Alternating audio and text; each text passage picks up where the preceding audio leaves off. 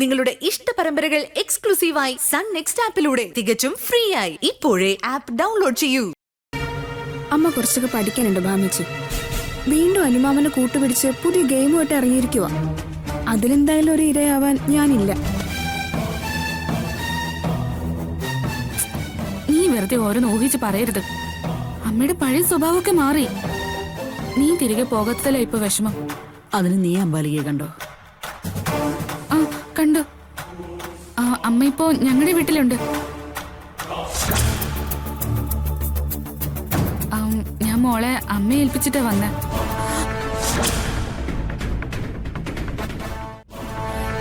നിനക്കെന്താ ഭാമേ, പ്രാന്തുണ്ടോ? നിന്നെയും കുഞ്ഞിനെയും കൊല്ലാൻ നോക്കിയ അമ്പാലികയുടെ കയ്യിൽ തന്നെ നീ കുഞ്ഞിനെ ഏൽപ്പിച്ചിട്ട് വന്നോ? അതെ അമ്മേ, സ്വന്തം മകന്റെ കുഞ്ഞല്ലേ, അങ്ങനെ കൊല്ലുന്നെങ്കി അങ്ങ് കൊല്ലട്ടെ. എന്താ ഭാമ ഇത്? നീ എന്തൊക്കെ കാണിച്ചു കൂട്ടുന്നത്? നീ അമ്പാലി എങ്ങനെ വിശ്വസിക്കുന്നു? ഇന്നും ഇങ്ങനെ കഴിഞ്ഞാ മതിയോ? രണ്ടു മക്കളും വീടിന്റെ പടിയിറങ്ങി പോയതില് വേദനിക്കുന്നൊരു അമ്മയാ ഞാൻ ഇന്ന് കണ്ടത്. അതുകൊണ്ടാ അരുന്ധതിയെ വിളിക്കാൻ ഞാൻ വന്നത്. ഭാമേ, നീ തീ ഉണ്ടായി കളിക്കുന്നേ. ആ അനിരുദ്ധനും അമ്പാലികയും തക്കം പാർത്ത് നടക്കാണ്. അവിടെയാ നീ കുഞ്ഞിനെയും കൊടുത്തിട്ട് വന്നത്. മായച്ചി എന്തൊക്കെയാ ഈ പറയുന്നേ? അങ്ങനൊന്നും സംഭവിക്കില്ല. ഒരാൾക്കൊരു മാറ്റം ഉണ്ടായാ നമ്മളത് അംഗീകരിക്കണ്ടേ? കൊള്ളാടി, നിനക്ക് ഇത്രയൊക്കെ ധൈര്യം വെച്ചു അമ്മ അറിഞ്ഞില്ല. നിന്നെ ഞാൻ സമ്മതിച്ചിരിക്കുന്നു. അമ്മേ, ഇവളിങ്ങനെ സ്വരം മാറ്റി സംസാരിക്കണമെങ്കിൽ അവിടെ എന്തോ മറിമായം സംഭവിച്ചിട്ടുണ്ട്. അല്ലാതെ നീ ഇങ്ങനെ സംസാരിക്കത്തില്ല. ഒരു മറിമായോ നടന്നില്ലേട്ടാ. ഒരമ്മയുടെ ശരിക്കുള്ള മനസ്സ് ഞാനിന്ന് കണ്ടു. ഇനി അഭിയും കൂടെ ഒന്ന് അമ്മയെ മനസ്സിലാക്കണം, അത്രേ ഉള്ളൂ. അപ്പൊ അഭിയേട്ടൻ അറിയാതെയാണോ ഭാമിച്ച് കുഞ്ഞിനെ കൊടുത്തിട്ട് വന്നത്? അതെ, അഭി അറിഞ്ഞാലും ഒന്നും പറയില്ല. അമ്മ ഞങ്ങളുടെ വീട് തേടി വന്നതല്ലേ.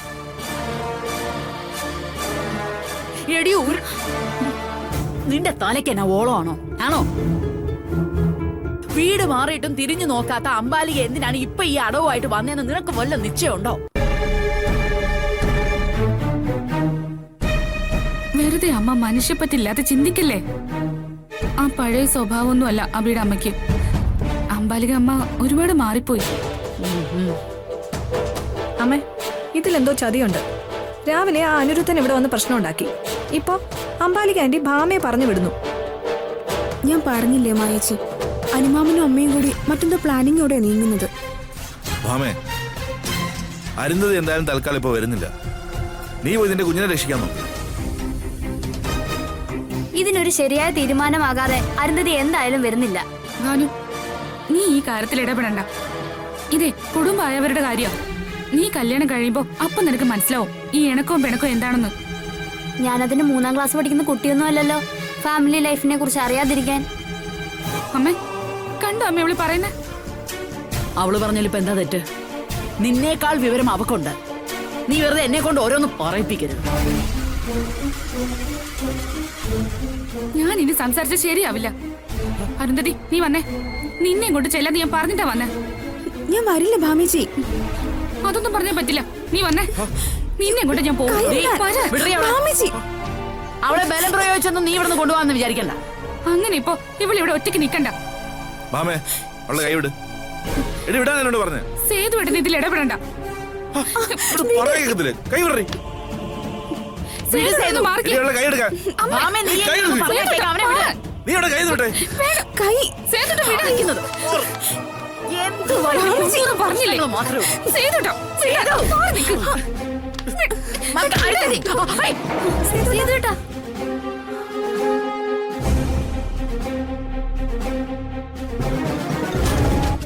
സേതുട്ടാ,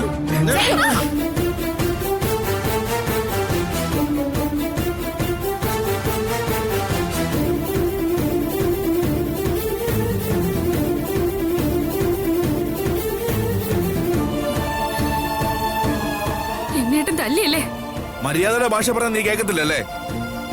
ഇല്ലേ, നീ ഇനി വാങ്ങിക്കും. സേതുവേട്ടൻ എന്താ ഇവിടെ എവിടെ പിടിച്ചു നിർത്തണമെന്ന് ഇത്ര വാശി? എനിക്കൊരു വാശിയില്ല. ഇവള് നിന്നോട് വരണോ വേണ്ടെന്ന് ഇവള് തീരുമാനിക്കും. അല്ലാതെ ബലം പ്രയോഗിച്ച് നീ കൊണ്ടുവന്ന് വിചാരിക്കണ്ട. അരുന്ധതി, മര്യാദയ്ക്ക് നീ എന്നോടൊപ്പം വാ. മലയാളം പറഞ്ഞ ഭാമേച്ചിക്ക് മനസ്സിലാവില്ലേ? ഞാൻ എങ്ങും വരുന്നില്ല.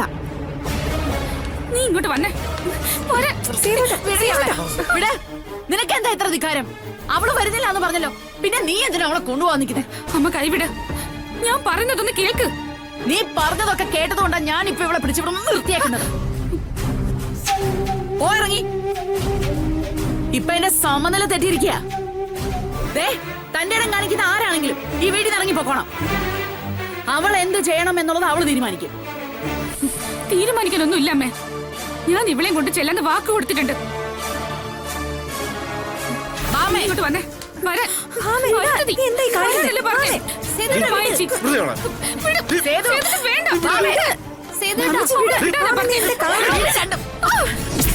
ബാമേ,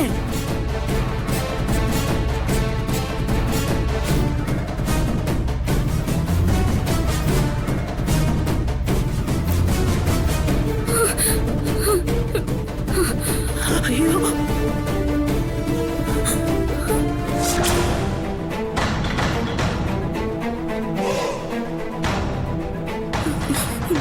മക്കളെ വേണ്ട, ഒരെണ്ണ എന്നെ തൊട്ടു പോരുത്. അരുന്ധതി, നീ നോക്കിക്കോ. മക്കളെ, അമ്മ പറയുന്ന കേക്ക. മക്കളെ നിക്ക്. ഭാമേ, മക്കളെ. സേതു അവിടെ ചുണ്ട് പൊട്ടി ചോര.